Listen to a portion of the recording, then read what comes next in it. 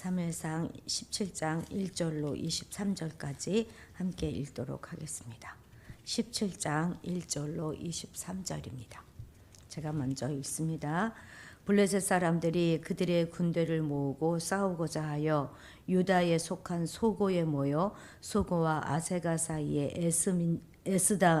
에베스 담빔에 진침해 사울과 이스라엘 사람들이 모여서 엘라 골짜기에 진치고 블레셋 사람들을 대하여 전열을 벌였으니 블레셋 사람들은 이쪽 산에 섰고 이스라엘은 저쪽 산에 섰고 그 사이에는 골짜기가 있었더라.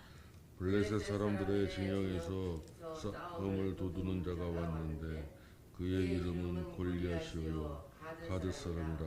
그의 키는 6규빗 한 뼘이요 머리에는 노투구를 썼고 몸에는 비늘 갑옷을 입었으니 그 갑옷의 무게가 놋 5,000세겔이며 그의 다리에는 놋 각반을 쳤고 어깨 사이에는 놋 단창을 메었으니 그 창자루는 배틀째 같고 창날은 철 600세겔이며 방패든 자가 앞서 행하더라.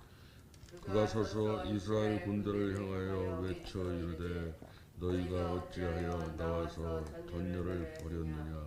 나는 블레셋 사람이 아니며 너희는 사울의 신복이 아니냐. 너희는 한 사람을 택하여 내게로 내려보내라. 그가 나와 싸워서 나를 죽이면 우리가 너희의 종이 되겠고 만일 내가 이겨 그를 죽이면 너희가 우리의 종이 되어 우리를 섬길 것이니라.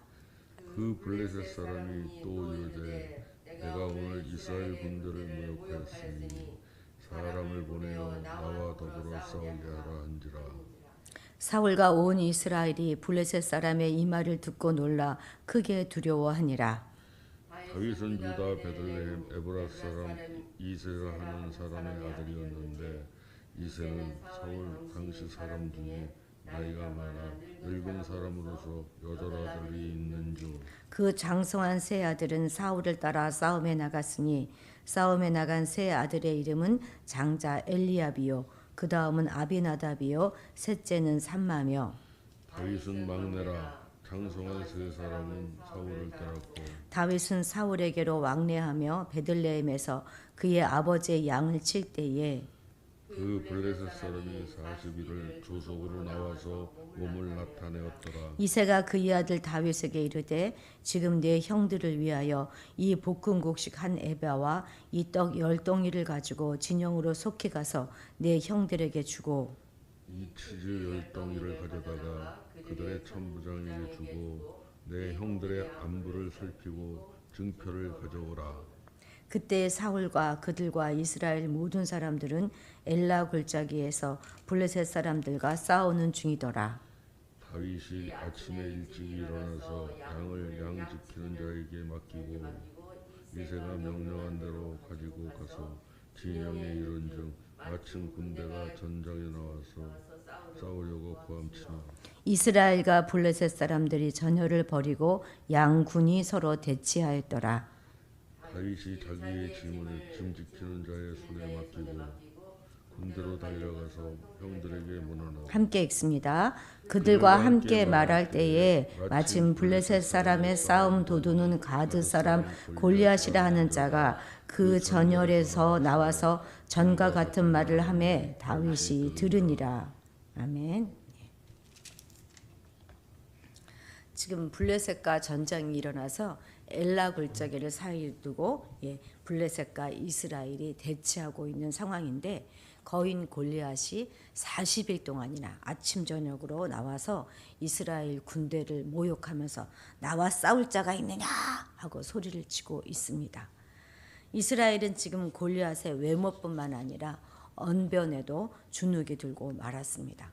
하나님은 외모를 보시는 분이 아니라 중심을 보는 분이신데 하나님을 의지하지 않는 이스라엘은 이 골리앗의 말과 외모만 보고 지금 겁내고 있는 것입니다.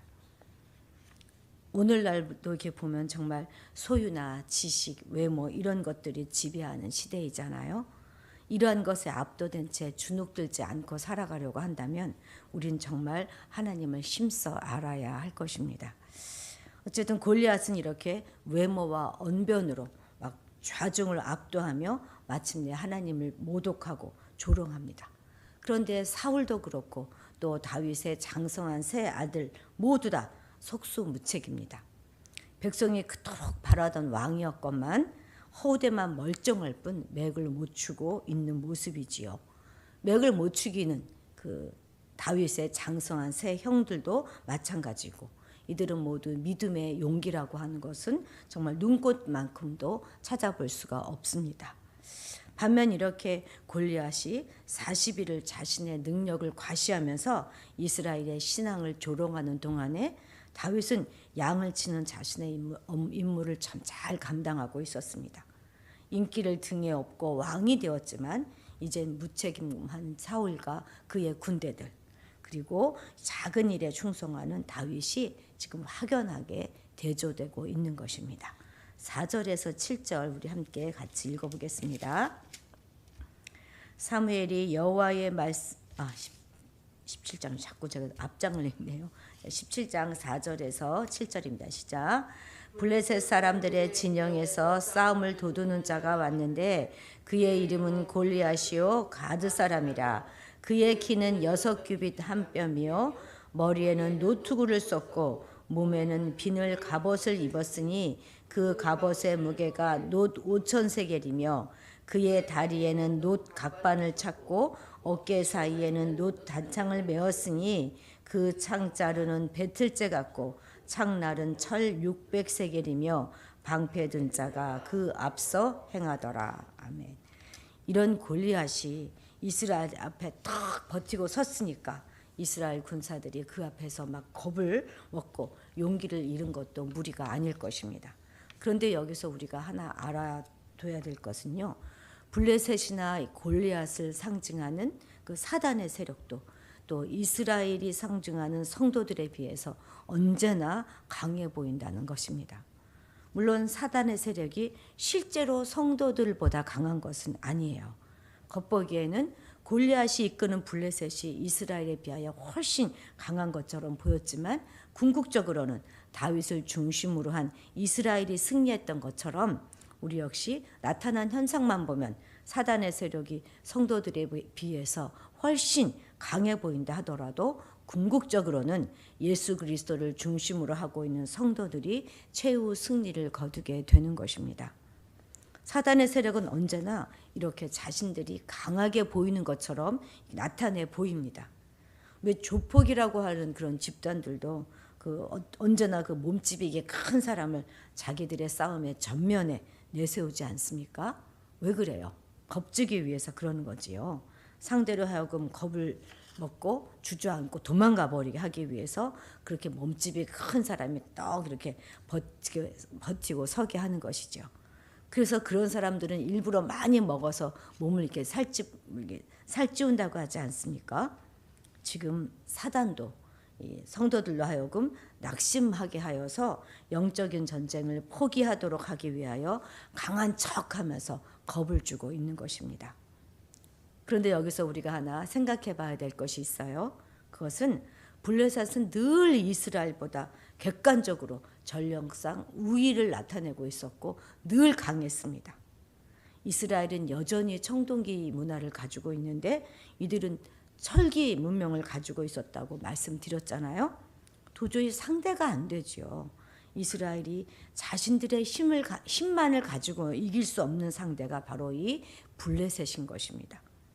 그런데 이 블레셋을 하나님은 제거하지 않으셨다 하는 점을 우리가 주목해 봐야 하는 것입니다. 간혹 이기게는 하세요. 그러나 아예 없애주시지는 않으십니다. 하나님을 전적으로 의지할 때 그때 한 번씩 승리하게 해주세요. 감질나게. 그러니까 블레셋은 이스라엘이 혼자의 힘으로는 살 수 없고 하나님의 도움으로만 살 수 있다 하는 것을 일깨워주는 선생과 같은 존재인 것입니다. 말하자면 이스라엘에게는 가시와 같은 존재가 바로 이 블레셋입니다. 오늘 우리에게 또 우리 나에게 또 교회에게 이 가시와 같은 존재는 무엇이 있습니까? 없애버렸으면 싹 좋겠지만 그럴 힘은 내게는 없고 또 그로 인해서 끊임없이 고통을 받는 그런 것들 말입니다. 때때로 내가 충만할 때는 더러더러 이기기도 하지만 대부분은 그 힘에 눌려 살고 있는 그것이 무엇일까요? 그런데요, 다 제거되어서 없어져 버려서 근심거리가 없어지는 것, 그것이 축복이 아닙니다. 기억합시다. 그것이 무엇이든지 그것을 통해서 하나님을 우리가 기억나게 하고 하나님을 바라보게 하고 또 나의 약함을 인정할 수밖에 없게 하는 그것이 바로 그것이 축복인 것입니다. 우리 20절 21절도 함께 읽어봅시다. 시작. 다윗이 아침에 일찍 일어나서 양을 양지키는 자에게 맡기고 이새가 명령한 대로 가지고 가서 진영에 이른즉 마침 군대가 전쟁에 나와서 싸우려고 고함치며 이스라엘과 블레셋 사람들이 전열을 벌이고 양군이 서로 대치하였더라. 아멘. 다윗이 지금 이스라엘 진영에 도착해 보니까 이스라엘과 블레셋이 서로 대치하고 있는 상황이었습니다. 이런 상황은 물론 하나님의 섭리의 결과인데 다윗에게는 이스라엘의 구원자가 될 수 있는 절호의 기회가 되었습니다. 하나님께서 이 전투를 통해서 이스라엘 왕이 될 다윗을 모든 사람에게 공식적으로 드러내 보이고자 하신 것입니다. 그렇기에 이것은 다윗에게 있어서 실로 큰 기회가 되었습니다. 다윗은 만약 당시의 상황이야 어쨌든지 간에 그저 아비의 심부름을 마치고 집으로 돌아가 버려도 되었습니다. 그런데 그는 당면한 상황을 외면하지 않았어요. 그는 이 이스라엘의 위기 상황을 하나님을 의지하여서 자신이 해결하기를 원했습니다. 그렇습니다. 다윗은 스스로도 자기가 왕이 될 사람이라는 것을 알고 있었잖아요. 그런데 다윗은 그냥 앉아서 하나님이 날 왕으로 세워주시겠지 하면서 그냥 기다리고 있는 것이 아니라 하나님의 뜻대로 행하면서 하나님께서 허락하신 기회를 찾고 있었는데 그때가 바로 이 순간이었던 것입니다.